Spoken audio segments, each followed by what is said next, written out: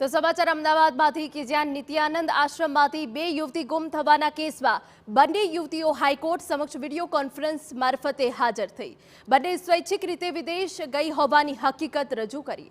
Video conference દરમિયાન પોતે સુરક્ષિત હોવાની વાત કરી. બંને દીકરીઓ દબાણમાં નિવેદન આપતી હોવાનું પિતાની રજૂઆત છે. યુવતીઓના પિતાને રજૂઆત કરવા માટે હાઈકોર્ટે સમય આપ્યો. યુવતીઓના પિતાને 16 જાન્યુઆરી સુધીનો સમય અપાયો. લગભગ 25 થી 30 મિનિટ સુધી બંને દીકરીઓ સાથે ઇન્ટરોગેશન કર્યું છે અને બંને દીકરીઓ પોતાનું ફ્રી વિલથી પોતે ત્યાં રહે છે એવું ગુજરાત નામદાર હાઈકોર્ટને જણાવેલું છે.